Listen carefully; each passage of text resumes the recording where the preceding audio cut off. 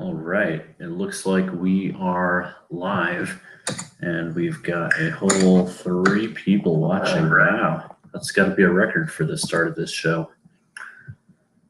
All right, well, good evening, everybody. Welcome to, ooh, that's a bad echo. Hold on, let me turn that down. Welcome to Jay Tahoe's Fabulous Podcast. I'm Jay Tahoe, live from New York. I think we're going to have a pretty quick stream tonight. I'm going to try to have this not drone on as much as some of my other ones. But I was thinking recently, about doing a stream about cancel culture and, the climate we live in the world today.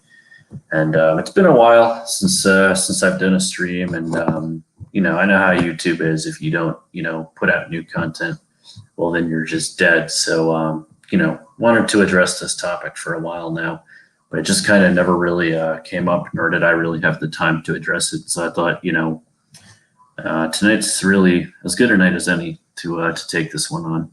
So what is cancel culture, right? I mean, the definition when you Google it is cancel culture or call out culture is a modern form of ostracism in which someone is thrust out of social or professional circles, either online or in social media in the real world, or both. So it's basically, I guess, it's doxing people, via social media, getting them in trouble in their real life, turning people against them, costing them their job, stuff like that, over something that they said, or, a political view that they might have, or so forth. So I guess some good examples would be Roseanne getting canceled when Roseanne put out a tweet where she basically compared a black woman to the likeness of a monkey. And when that happened, and I believe that was back in like 2017 or 2018, they just brought Roseanne back and they canceled, the entire show. Now I get it. You can't have a show called Roseanne, I guess, without Roseanne, but by doing that, I mean, she cost all the other actors on the show, the film crew, the cameramen, everybody involved, in the production, all kind of lost out. So was that really fair to harm all those people for, the comments of one person from the show? I don't really know about that. I mean, I think Roseanne was out of line for that comment. But I don't know. I think that might be an example of where cancel culture is kind of going too far, where other people are being hurt because of something that one person did. They weren't even, they may not even agree with what Roseanne said. They just happened to be on the show. The camera guys, the set people, people who aren't making the big bucks, who all lost out because Roseanne did that. Probably another popular example would be Rick and Morty is now canceled, as you all know. Dan Harmon, who's the co-creator of the show, created and this happened retroactively. He put out a parody of the show Dexter, which is a show where a murderer or a detective murders murderers, to punish them. So Dan Harmon created a parody of that where it was a pedophile who rapes pedophiles. And apparently that was a step too far. So they canceled Dan Harmon as well as Rick and Morty, who, that was Justin Roiland, the co-creator. That was like his baby. So again, was that fair to everybody else? Was that fair to the writers, the animators, the people, the people working on Rick and Morty? I think that, again, we might be going a little too far with that. It's just, we couldn't have removed Harmon from the show, or Harmon couldn't have been reprimanded, and it's not even like, I don't even think that that was that terrible of a joke. You know what I mean? Like it was obviously meant to be ironic, like obviously he's not saying that pedophiles should be raped. He was making a joke because in the show Dexter is actually a bad guy, right? Like you don't want like the stuff that Dexter does is deplorable. The way that he kind of takes justice into his own hands to murder the murderers. So obviously it was meant to be ironic, but I think, that was lost on a lot of people, and, a lot of people paid for it, and ultimately the fans too, right? Because Rick and Morty is kind of an awesome show, and now it's, I mean, I think they're going to bring it back, but it just a little ridiculous. So that's, just a couple of examples of cancel culture and where it can get people. But you see it actually happen to it's not always celebrities. It's not always, high profile people who make a lot of money. I mean, it can happen to any Joe Schmo with a Twitter account. That's why, you got to be really careful what you say on the internet now, because it can always come back to bite you. If the wrong person interprets it wrongly, I mean, that can cost you your job. That can get you doxxed. That can, have people harass your family, harass your friends. So, it's just kind of the climate that we're in. It's kind of one of the advents of the internet, or curses of the internet, is that we have this cancel culture now. So, and the more time that I've spent in like these black pilled spheres, I've kind of learned about that. I mean, you have people like Face and LMS who won't come on camera because I think he fears being doxxed, because the stuff that he talks about is very controversial. And I mean, there have been channels that to my knowledge haven't said anything that really crossed the line, that got banned just because they kind of touched on that topic. I mean, who knows? Maybe this channel will get banned just because we've touched on the topic. I mean, just for giving people the avenue to be heard out. And I kind of disagree on that, because even when somebody might be crazy, or they're let's just say that they're wrong, I still think that they have a right to be heard out. And okay, we here in the United States, we're protected by freedom of speech and the First Amendment. You don't necessarily have that, in other countries. So you are limited in what you can say, and and I get that. And YouTube, it's an international platform, so I'm not sure that's going to get dicey, right? Where where somebody is when they make a certain claim or say a certain thing, but they did it on a platform that it's owned by Google, which is an American company. But I guess where you are when you make a certain claim, might affect certain things. And I think YouTube, doesn't want to be involved in any litigation around that. So I guess that's why they're not very lax on those guidelines, if that makes sense. I also think that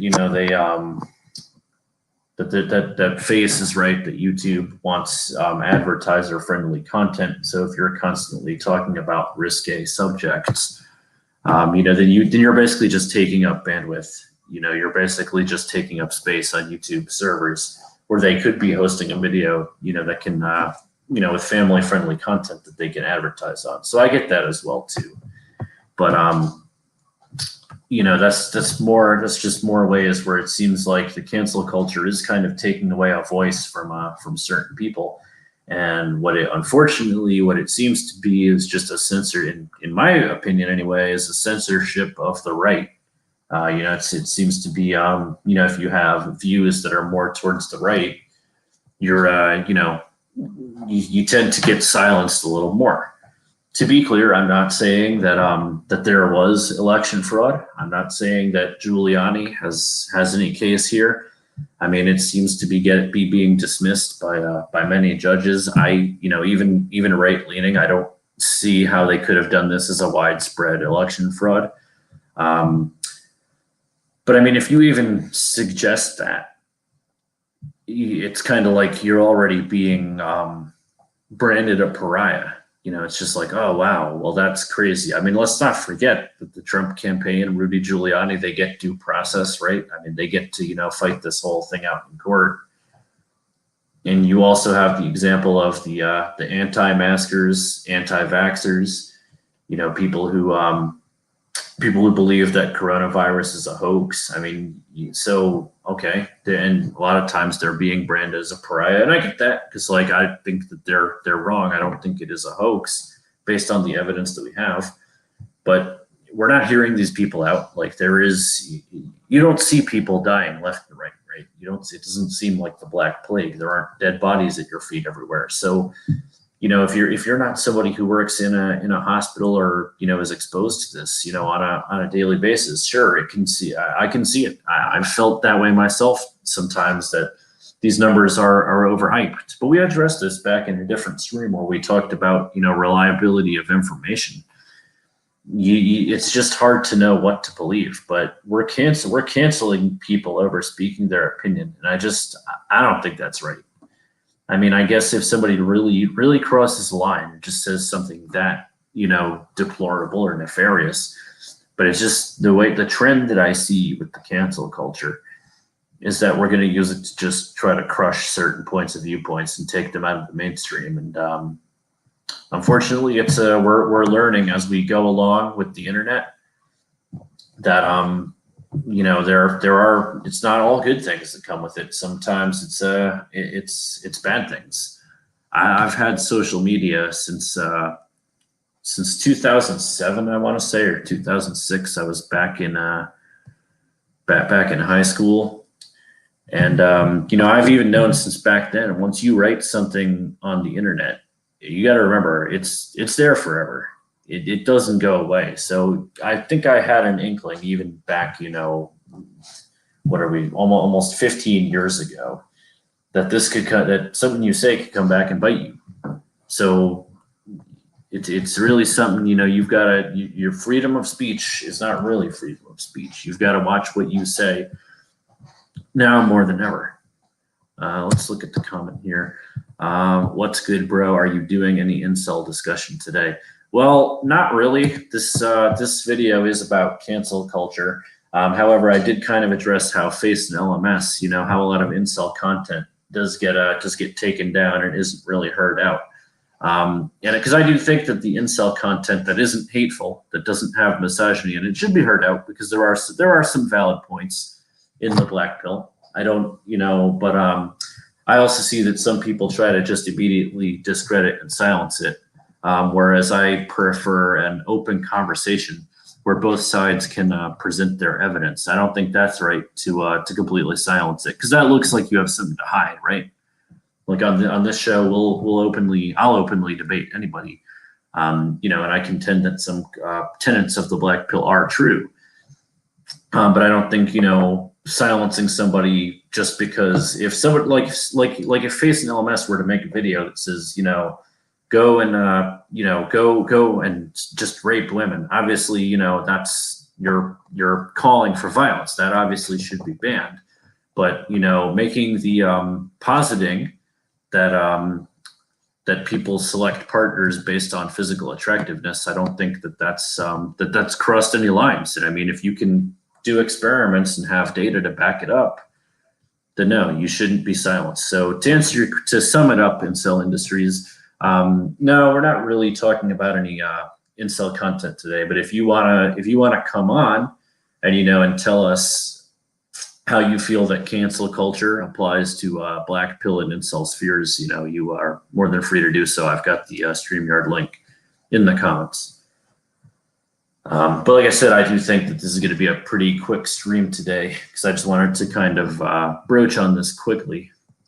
And I haven't done a stream in a while since we've had Thanksgiving and everything, but I thought this was a good topic, just because it becomes more and more relevant, as we go. And I see it kind of trending towards, really, at least here in the United States, where your freedom of speech is no longer really freedom of speech if you have an internet presence. But to catch 22 is, you have to have an internet presence. I mean, you can't, there's really no such thing as even a physical job application anymore, right? Like everything's online now.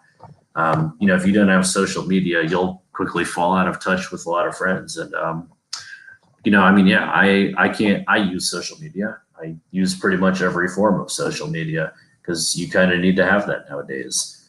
But you've also got to be really, really mindful of what you say. And that's not to say that we're all thinking bad, deplorable things. I just think that like the standards of what you can say are it's dropping.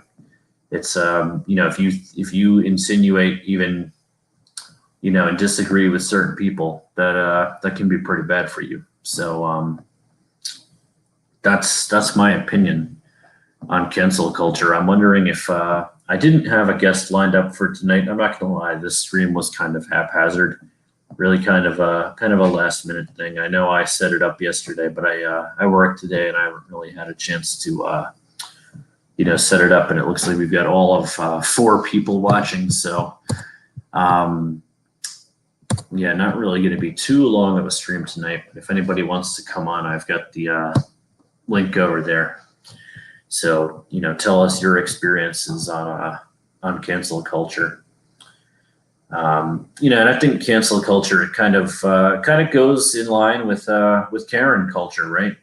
Where there's just really high levels of accountability these days. The responsibility is going up, the accountability is going up, but the payout isn't really going up. So more and more is being expected of people. People have to conduct themselves in certain manners, or otherwise they become ostracized. But my girlfriend had a really good point when we were talking about this. She doesn't really think that this is anything really new. She said, back in the 50s, when we had the Red Scare, if you were branded as a communist, it's just like being blacklisted. So it's really it's interesting to see history repeating itself, and it might not be the same things, but if you disagree with certain narratives, it's kind of like you're being blacklisted. You will be barred. It'll be out there that you follow certain ideologies, and there goes your professional career. So even now, I gotta be pretty vague, right? Even though I do think that it is the right that's often censored more. I mean, even when they make good points, it's just like, it's just crazy right wingers. It's just those crazy Republicans. So that is what it seems like. The right gets censored a lot more. And I did a podcast about this, about how my apologies, because I know this story is I've definitely told this story before, about how my friend and I had a college professor who we argued. We had to do an essay. I don't even remember what the topic was about, because we're talking, this was like 2009. We're talking 11 years ago. We had to do an essay, and we disagreed with the professor. We argued the I guess to the slightly right of center, and we were the only ones in the class who didn't do well in that essay. We got C's, whereas everybody else was all A's and B's. And I can admit when I didn't do good work, and when I deserved a C. And there were plenty of times I got plenty like I've gotten a C before. Like it happens, but we were both like, well, that's more than a coincidence, because we made good points. Like, it was a well-researched essay. Like, I didn't just slap it together, and I've slapped together many essays. I can tell you that much.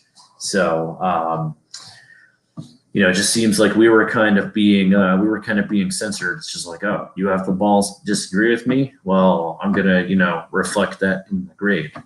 Because he didn't really, I don't recall. I wish I still had the essay, honestly, because I don't remember the points being really, for what he took off points for, really being anything, that nobody else didn't do. Like, yeah, was there a spelling or grammar mistake in there? I'm sure there was, but I'm sure everybody else had one too. But the facts were researched. So right away, you can kind of see it. You can just kind of feel that, like, oh, you better not have that opinion, or you're gonna be at the very least taxed for it, right? You're gonna be taxed just for having that opinion, and that's but cancel culture is just the extreme. Like, you fall in line with the wrong thing, guess what? Like, we're canceling you. Better not come out here and say it, because you're we're gonna cancel the entire thing. But I've been blabbing on for 20 minutes now, and I do want to keep this stream pretty quick. So if anybody wants to come on, I would love to hear from you and what your opinions on cancel culture are, or any personal anecdotes that you might want to share. So let's see if we can get somebody on. I've got the StreamYard link right in the YouTube comments. And everything is just dead tonight. I'm noticing Discord is dead. We've only got 5 people watching the show here. I think whenever I go away from black pill topics, we kind of it's never popping. So yeah.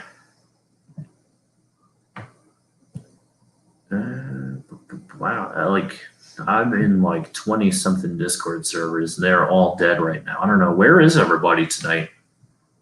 What's everybody doing?